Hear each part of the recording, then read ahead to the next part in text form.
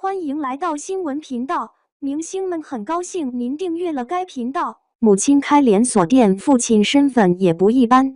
譚健次住北京豪宅的背後，藏着這些事實。要說這2年誰最讓人好奇，譚健次一定算一個。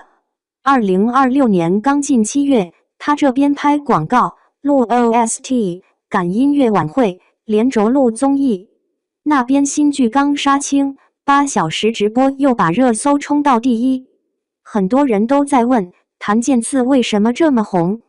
說穿了就那麼點事兒，外頭看像一夜翻盤，真往回扒才知道這人是硬熬了10幾年。最容易被拿出來說的還是譚健次家世背景。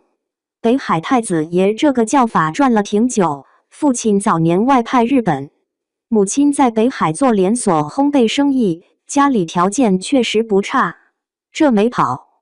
說真的，放娛樂圈裡，家裡能給見識、給底氣、給試錯空間，已經贏了不少人。可你細想，是不是這麼個理？一個人真要只靠家裡，犯不着把自己折騰成這樣，連地下室和泡麵都嘗過。他小時候那股寧靜，其實很早就露出來了。5歲看了日本漫畫，迷上健次郎這個名字，鬧着改名，媽媽真帶他去辦了。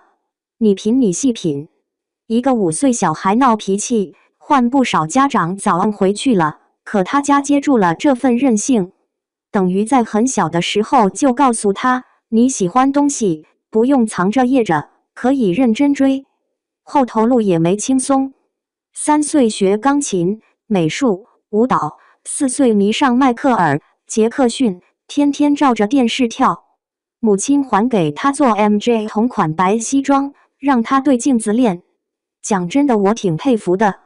等他13歲一個人考進北五附中，才發現前面那點天賦根本不夠全國尖子生擠一塊，誰都不服誰。他起步還靠後，只能靠練，別人1遍，他3遍，硬把名次拽了上去。16歲拿桃李杯冠軍，國際賽也拿到名次，還有那次脊柱受傷，打封閉針也要上場，最後幫中國隊拿了世界第3，我都跟着捏一把汗。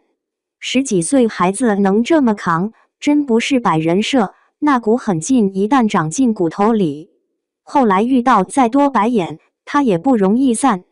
2006年，他參加海選，被太和麥田挑中，去做男團。4年半封閉訓練，唱、跳、體能一樣沒少。2010年 Mike 男團出道，還拿過不少獎。可紅嗎？不紅。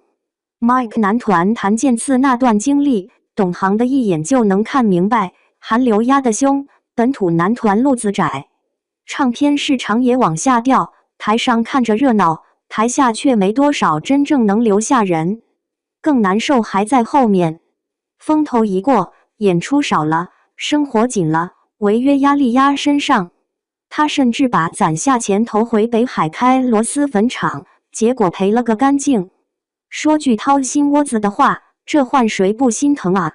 他明明有退路，回家也能過得體面，可他偏不，非要留在這行繼續磕。這事兒說白了就是他想贏，不想被說成反正家裡有底。唱跳沒闖出來，他又轉去演戲。麻煩地方在於，男團出身，非科班，外形也不是傳統男主那一掛，偏見全砸他頭上，挺狠。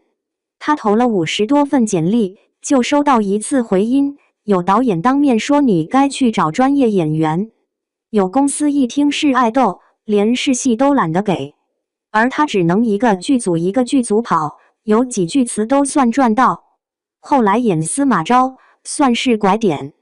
他提前2個月進組，蹲監視器後頭看老戲骨怎麼演，對着鏡子練眼神，硬默。說出來你可能不信，我幹這行這麼久門兒清，圈裡最怕半瓶子晃蕩，也最認這種笨功夫。很多人老覺得流量一來，命就改了，可真能往下走的，還是那種挨得住冷板凳，又捨得下死功夫的人。我前些年見過一個老演員，戲不多，名氣也不大，收工後還一個人站在牆邊順台詞，燈都快滅了還不走。沒人拍，沒人誇，可這種人往往最耐熬。譚健次身上那股勁，跟那一類演員挺像，外頭熱鬧歸熱鬧，私下還是悶頭把活幹明白。等列罪圖鑑來了，很多事就順了。譚健次列罪圖鑑審議這組詞，到現在還有人反覆搜，因為那個角色真讓觀眾記住了他。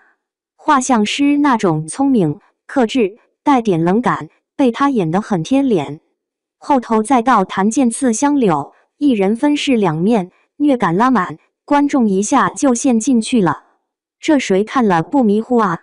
所以你再回頭看他現在忙成這樣，熱搜、商務、新劇、晚會全往身上堆，就沒那麼玄乎了。家世給過他眼界，也給過托底，這點不用裝看不見。但地下室不會替他住，50份沒回音簡歷不會替他投，鏡頭前那些一場一場默出來角色也不會自己常出來。你覺得譚健次如今這口氣，算不算把太子爺3個字硬生生演成了實力派？